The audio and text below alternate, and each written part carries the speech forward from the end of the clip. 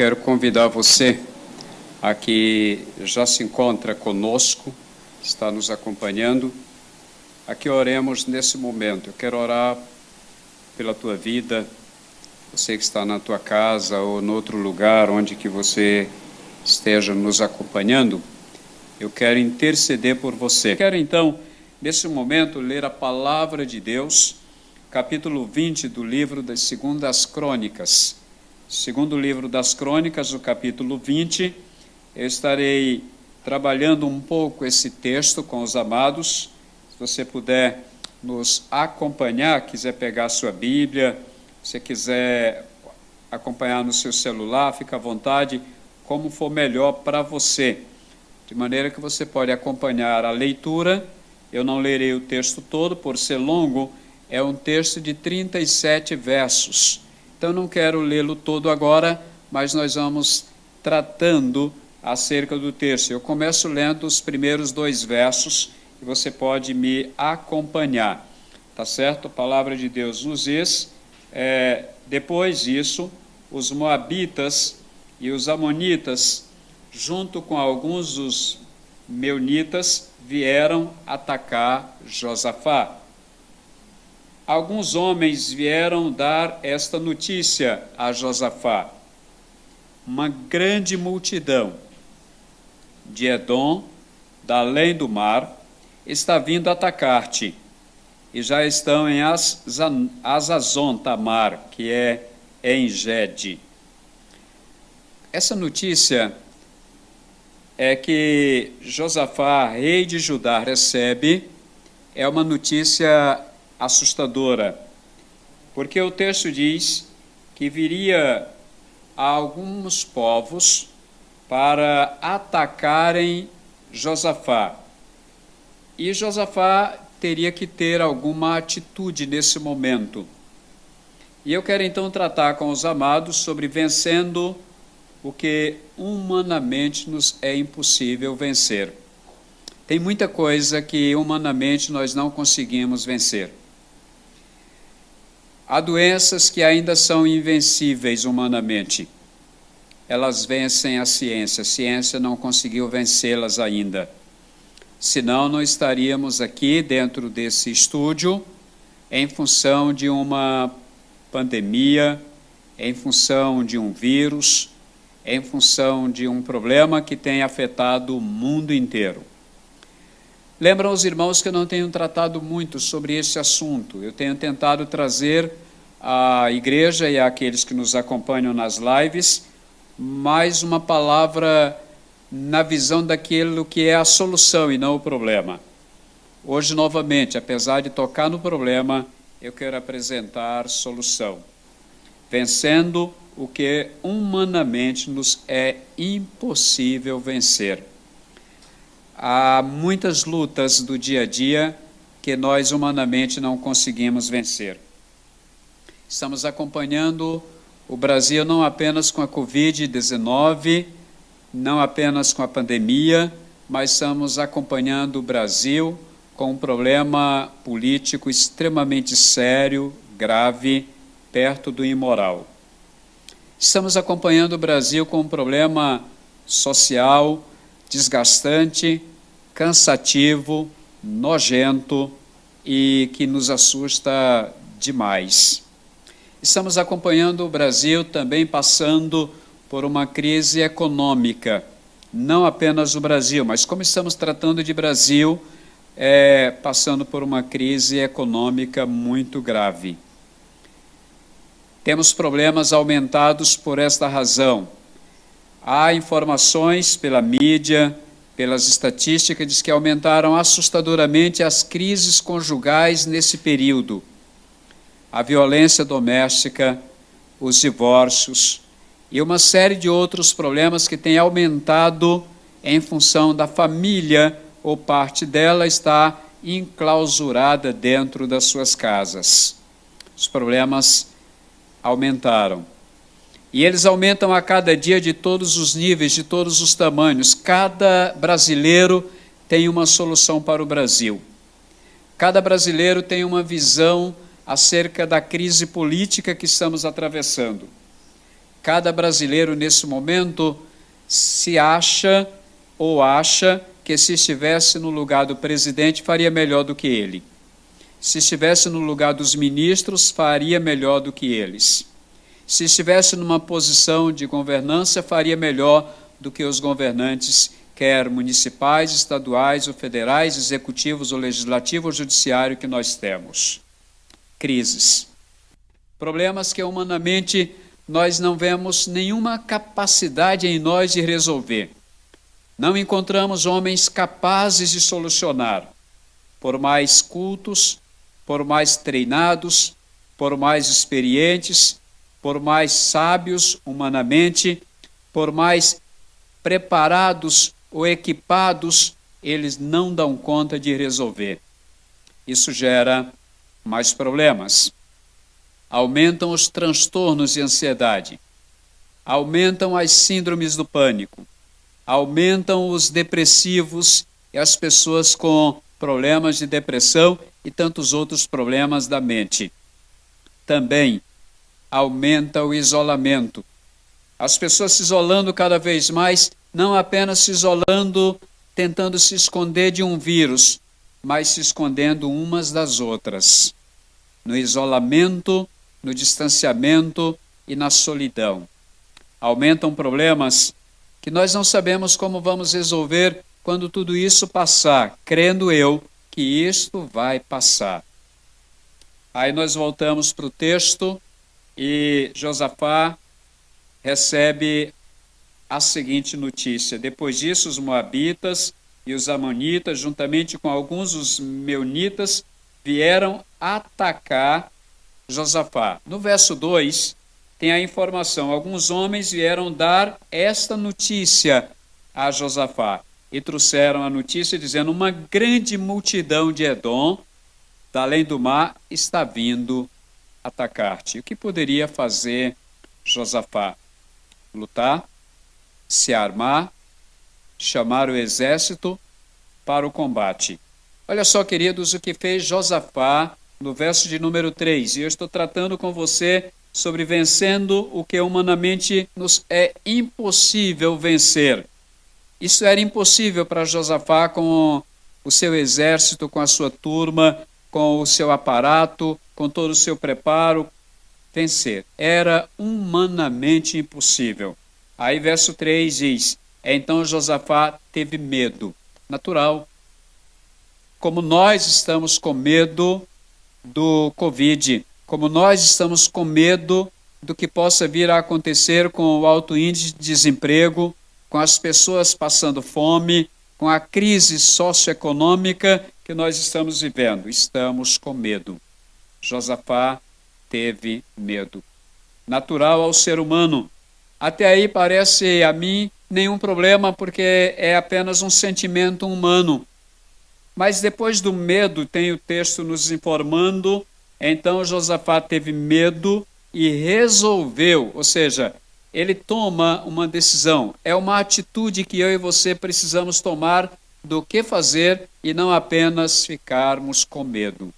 É muito comum dizermos não vai dar certo. É muito comum dizermos está tudo errado e vai piorar. É muito comum dizer não há saída. E agora o que fazer?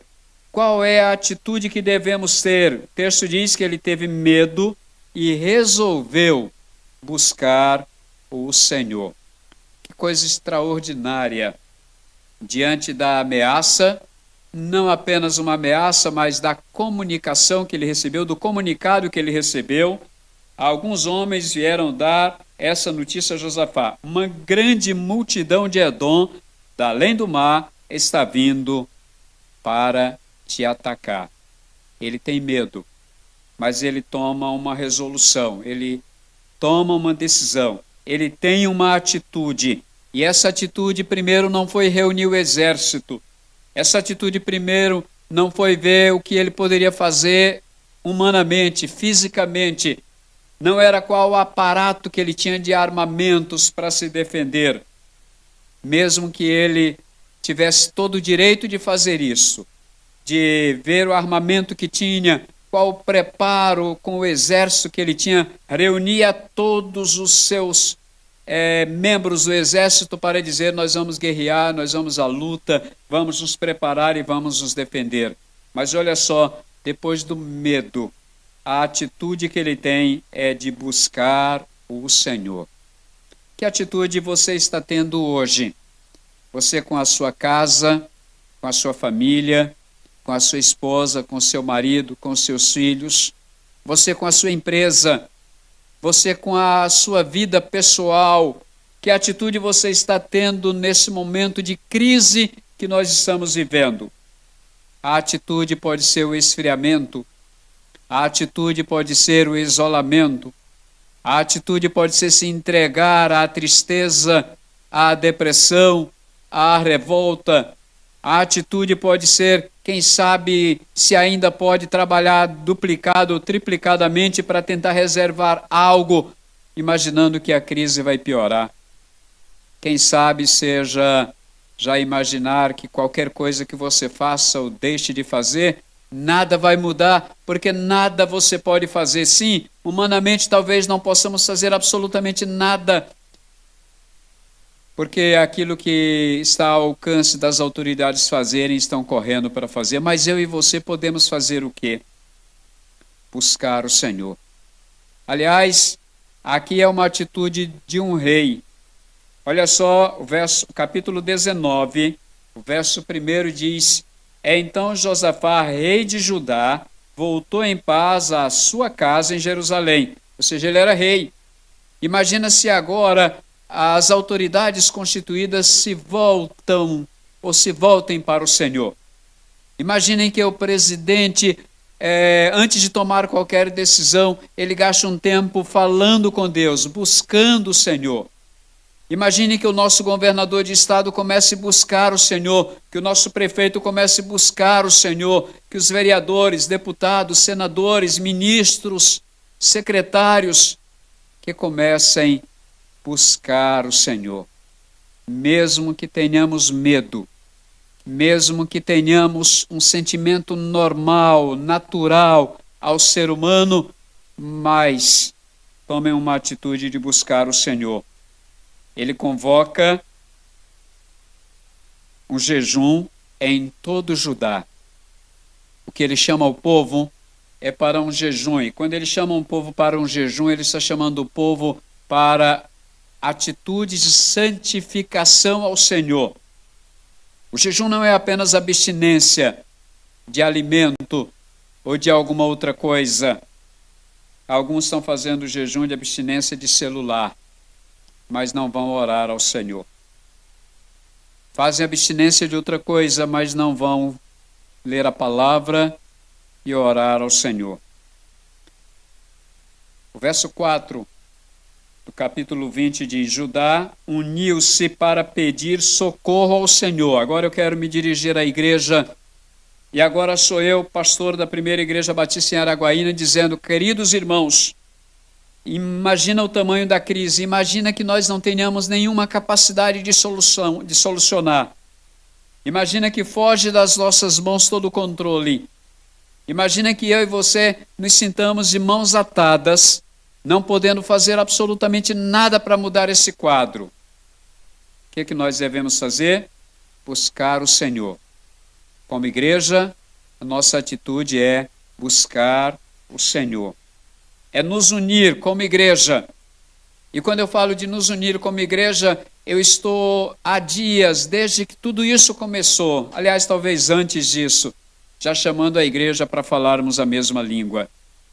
Já chamando a igreja para falarmos o mesmo idioma, e eu me refiro ao idioma espiritual, de oração, leitura da palavra, santidade, comunhão, o ajuntamento não necessariamente físico, mas o ajuntamento no mesmo propósito, no mesmo sentimento de buscarmos o Senhor.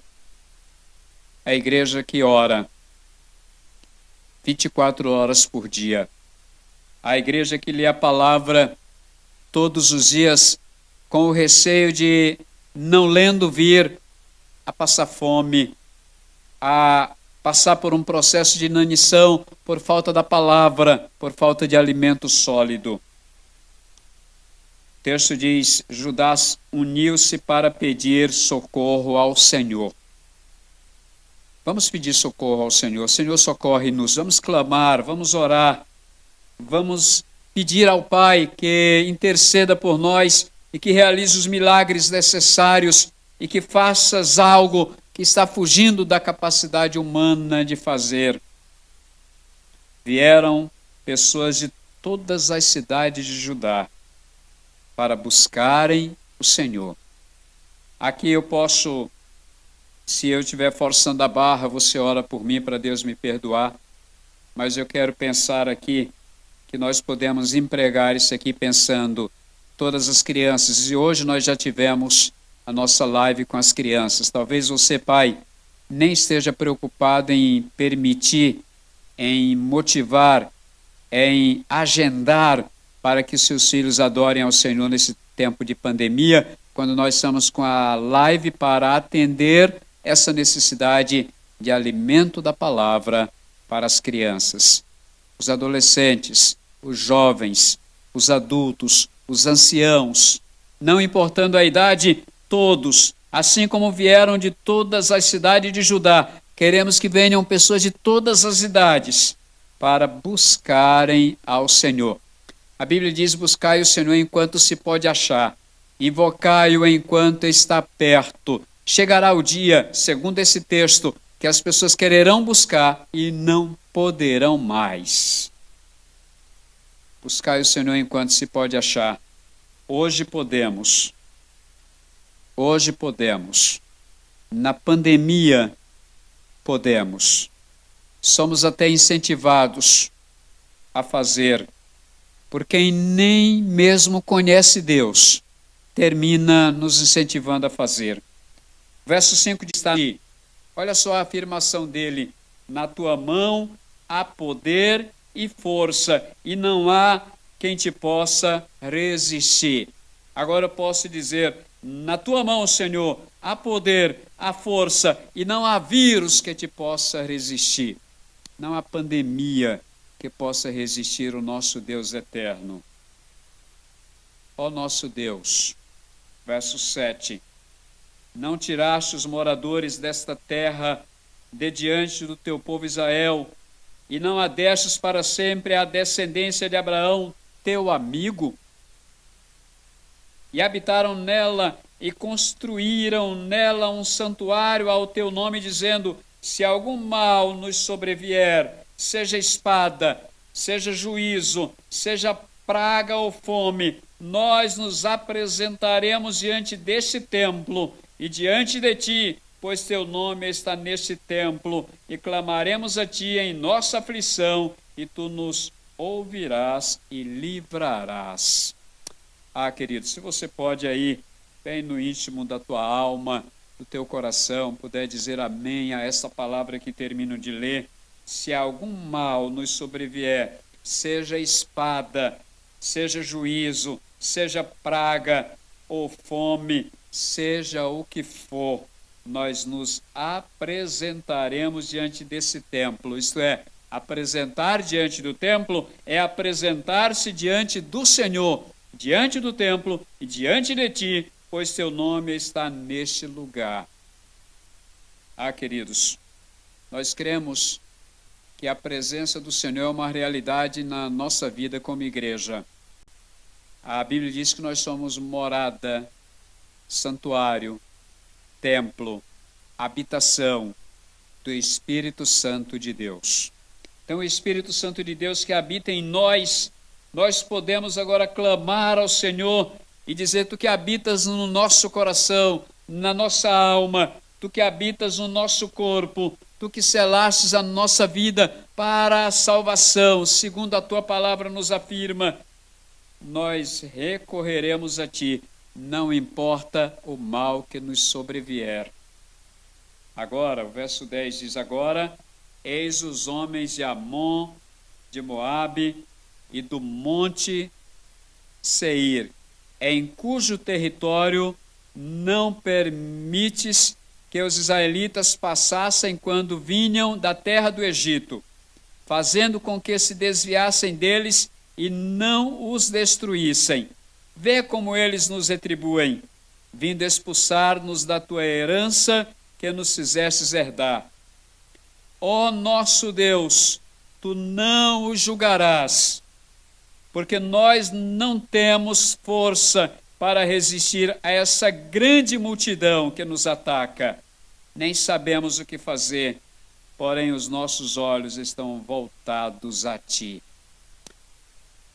Querido, só em ler isto aqui, sem precisar qualquer esforço de explicação, a gente entende a necessidade nossa. Gosto de orar, pedindo a Deus que faça aquilo que nós não podemos e aquilo que nós não sabemos fazer. Olha só a palavra, ó nosso Deus, verso 12. Tu não os julgarás, porque nós não temos força para resistir a essa grande multidão que nos ataca. Nem sabemos, não temos força e nem sabemos o que fazer. Porém, os nossos olhos estão voltados para ti. Para onde estão voltados os teus olhos? Para a crise? Para a pandemia? Se você observar, os nossos debates nos grupos de WhatsApp o dia inteiro, semana inteira, falam de Bolsonaro e de Moro. Falam do Congresso Nacional, do STF. Falam das autoridades constituídas e das suas bobagens que fazem no dia a dia. Dos atropelos nos quais eles se envolvem no dia a dia. Quanto tempo gastando debatendo assuntos que não são da nossa alçada tratar. Mesmo que nos preocupem e mesmo que tenhamos medo, mas os nossos olhos estão focados mais em Brasília do que no Deus de Brasília. Os nossos olhos estão mais focados na presidência, nos ministérios, do que focados no altar de Deus. Durante essa semana que passou, nós tratamos sobre a obra missionária. Pastor Fernando Brandão nos falou sobre uma cidade no Rio Grande do Sul com mais de 600 mil habitantes, onde nós temos 3 igrejas batistas. 600 mil habitantes. São 3 Araguainas, ou mais. 3 igrejas batistas. Aí eu fico perguntando, o que estamos fazendo? Para onde nós estamos olhando? Cadê os missionários que não se levantam, que não se apresentam, que não se manifestam?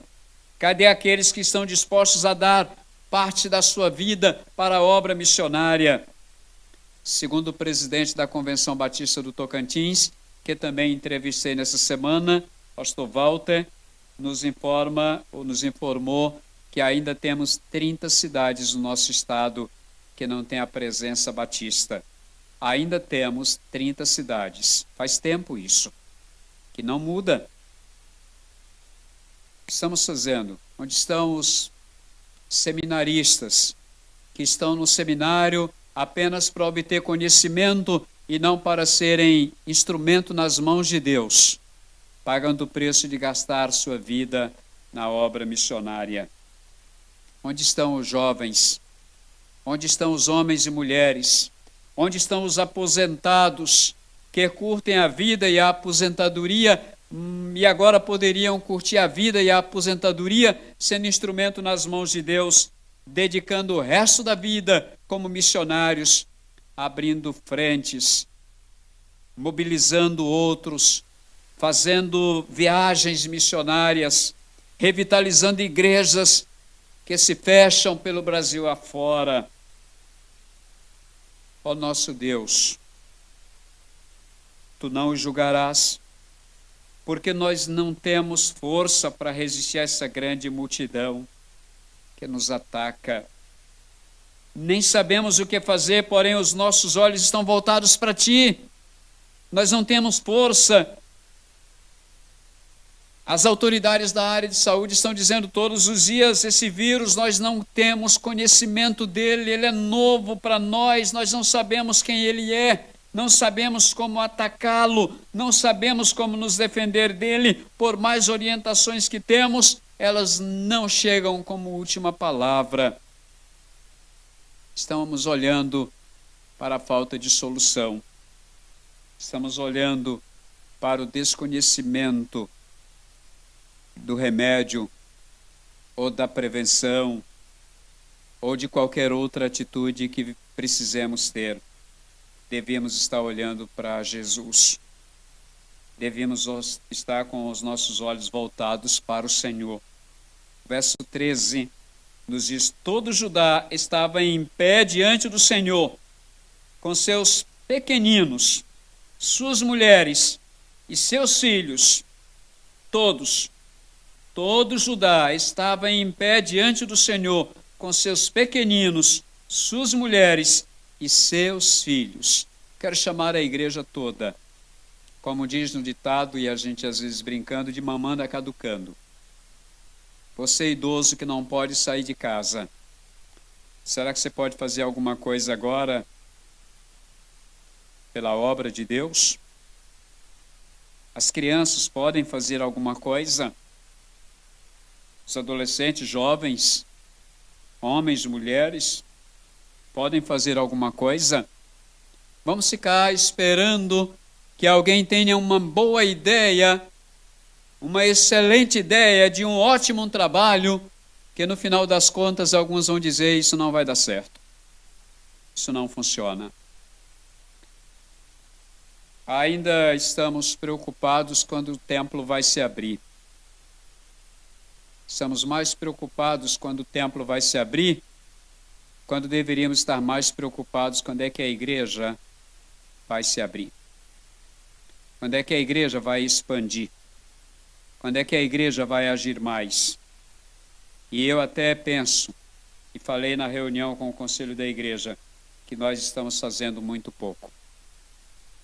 Penso que o que nós estamos fazendo é pouquíssimo diante do que a igreja precisava e precisa fazer. Mas sabe por quê? Porque o pequeno grupo que se predispôs a trabalhar está fazendo para que a maioria absoluta apenas assista. E assista, às vezes até com um pedido clamoroso de: pelo amor de Deus, dê um like. Pelo amor de Deus, se inscreva. Pelo amor de Deus, compartilhe. Pelo amor de Deus, é uma coisa trabalhosa demais, é algo que deve adoecer os dedos, é algo que deve incomodar a vista de alguém que já olha o celular o dia inteiro e precisa de um pedido quase chorando: pelo amor de Deus, faça alguma coisa. Todo o Judá estava em pé diante do Senhor com seus pequeninos, suas mulheres, seus filhos. Eu tive uma crise essa semana e deixa eu confessar o meu pecado para o Brasil ou para o mundo. Faço isso de vez em quando, confessar pecado. Devia fazer todo dia, mas faço de vez em quando. Essa semana teve um dia que o meu horário de oração na escala, não meu horário de orar, eu posso orar o dia inteiro, não que eu faça, mas devo orar mais. Mas tem um horário que sou escalado para orar às 1:45 da manhã, todo dia. 1:45 da manhã é o meu horário de orar. Se eu não orar, é possível que eu deixe esse horário descoberto de oração, ou ausente de alguém orando, como alguns já me confessaram de ter feito. Pastor, eu escolhi um horário lá, mas eu nem lembro mais do meu horário. É triste, essa é a realidade da igreja em pandemia. Aí eu estou pensando como é que vai ser a igreja pós-pandemia. E qual foi o meu pecado? Naquele momento de oração eu não consegui orar mais do que 2 frases, porque eu não tive coragem de dizer para Deus o que eu sentia. E agora, dizendo para você e para Deus, o que eu sentia vontade era dizer: Senhor, aumenta a pandemia. Senhor, agrava mais o problema, porque a igreja ainda não entendeu o que é essa igreja. ainda não entendemos o que é ser igreja. Ainda estamos querendo ser igreja no conforto do ar-condicionado. Ainda estamos querendo ser igreja no conforto do templo. Ainda estamos querendo ser igreja sem passar por adversidades. Ainda estamos querendo ser igreja dependendo da criatividade dos outros, como se eu fosse um doente mental que não posso ter criatividade para fazer o meu próprio trabalho missionário. Fico pensando se alguns crentes são doentes mentais, que não podem criar absolutamente nada para fazer um pouco mais pelo reino de Deus nesse tempo. Não orei assim, não tive coragem, mas era o desejo do meu coração. Em função do que venho vendo há dias, quando estamos enclausurados. Na prisão, Paulo escreveu cartas. Na prisão, Paulo ganhou homens e mulheres para Jesus. Na prisão, Paulo foi instrumento para ganhar famílias inteiras. Quando preso, ele continuava trabalhando. Nós, nos achando presos em casa, achamos que não podemos produzir nada para o reino de Deus. E ficamos esperando. O que a igreja está fazendo? Eu recebo perguntas assim. O que a igreja está fazendo nesse tempo de pandemia? E a resposta, grosseiramente, seria nada. Porque o que nós estamos fazendo não é percebido ainda. Confidenciei com o conselho que alguém me ligou há uns dias atrás e falou: pastor, como é que o senhor está nesses dias se o senhor não está trabalhando?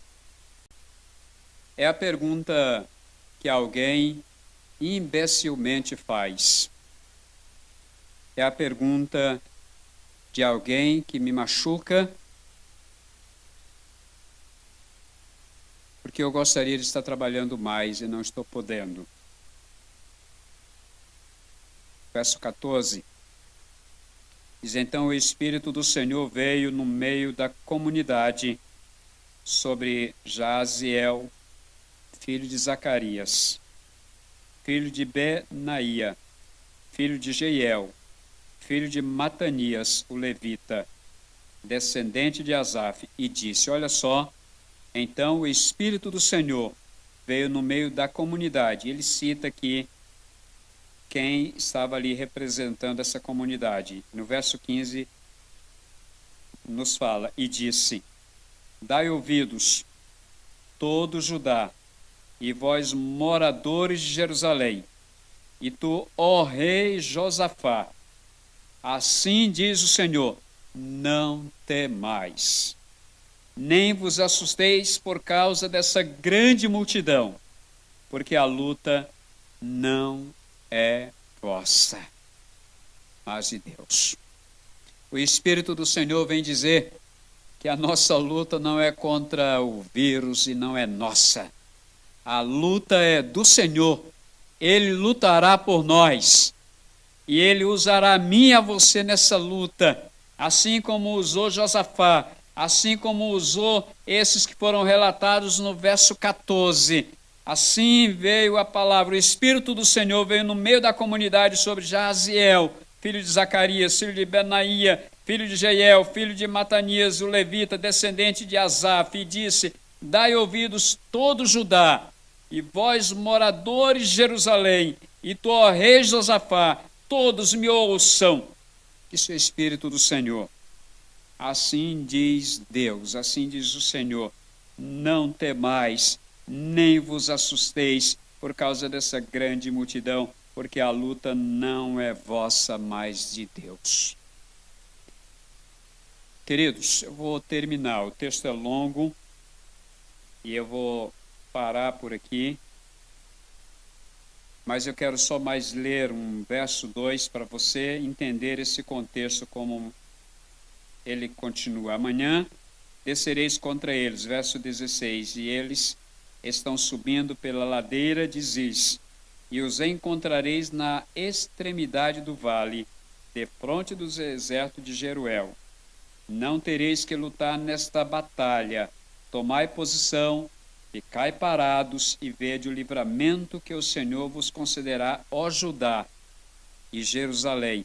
Não temais, nem vos assusteis. Saí amanhã para encontrá-los, porque o Senhor está convosco. Então Josafá se prostrou com o rosto em terra, e todo Judá e os moradores de Jerusalém se lançaram diante do Senhor para o adorarem. Olha aqui a atitude de uma igreja, a atitude que a igreja deve ter, de prostrar o rosto em terra e adorar o Senhor. Eis que ele procura verdadeiros adoradores nesse tempo. Os levitas, verso 19, da descendência dos coatitas, dos coraitas, se levantaram para louvar bem alto o Senhor Deus de Israel. De manhã cedo, eles se levantaram e saíram para o deserto de Tecoa. Ao saírem, Josafá ficou em pé e disse: Ó Judá, e vós, moradores de Jerusalém, ouvi-me. Crede no Senhor vosso Deus, e estareis seguros. Crede nos seus profetas, e sereis bem-sucedidos. Depois de consultar o povo, designou cantores para o Senhor, que saíssem na frente do exército, vestidos de trajes sagrados, louvando e cantando: Dai graças ao Senhor, porque o seu amor dura para sempre. Quando começaram a cantar e a dar louvores, o Senhor pôs emboscadas contra os homens de Amon, de Moabe e do monte Seir, que tinha vindo contra Judá, e eles foram derrotados. Os homens de Amon e de Moabe atacaram os moradores do monte Seir para os destruir e exterminar. Depois de terem exterminado os moradores do monte Seir, ajudaram a destruir-se uns aos outros. Quando os homens de Judá chegaram, olha só a vitória, quando os homens de Judá chegaram ao posto de vigilância do deserto, procuraram a multidão, mas só viram cadáveres amontoados. Só viram cadáveres amontoados no chão. Ninguém havia escapado. O Deus que eu sirvo, Covid é fichinha para ele. O Deus que eu sirvo, qualquer crise socioeconômica é fichinha para ele. O Deus que derrota qualquer multidão, qualquer exército, é o Deus que pode derrotar qualquer pandemia, qualquer ataque que venha a assolar-nos nesse tempo. Esse ataque, é preciso que nós entendamos que ele tem muito a ver com a nossa vida espiritual, com a vida da igreja. E eu quero terminar mais uma vez conclamando a primeira igreja batista em Araguaína, às demais igrejas que nesse momento me acompanham. Volte-se para a sua igreja, mas volte-se primeiro para o seu Deus e clame ao Senhor. Jogue o seu rosto em terra e adore ao Senhor. Busque-o de todo o seu coração, com toda a tua alma, com toda a tua força, com todo o entendimento, e vamos nos unir no mesmo propósito: servir a Deus. Que Ele nos abençoe. Nesse momento, enquanto eu estou aqui terminando, eu quero fazer um convite a você que nos acompanha. Quem sabe você esteja aí tomando uma decisão na tua vida, decisão mais importante da tua vida, entregar a tua vida a Jesus. Então você escreve aí no chat dizendo que decisão você tomou. Entregou a tua vida a Jesus, aceitando-o como Salvador, reconciliando-se com Ele. Você vai deixar para amanhã, sabendo que amanhã o dia não pertence a nós, pertence ao Senhor, e qualquer decisão terá que ser tomada hoje. Você, membro da igreja, quero convidar você a tomar uma decisão agora de uma renovação do teu pacto com o Pai. Renovar o teu pacto, a tua aliança com o Senhor. E durante essa semana, fazer algo diferente do que você já fez na sua vida, para servir ao Senhor e para alcançar vidas para Jesus. Seja criativo. Faz alguma coisa além do que você já tem feito e sirva ao Senhor.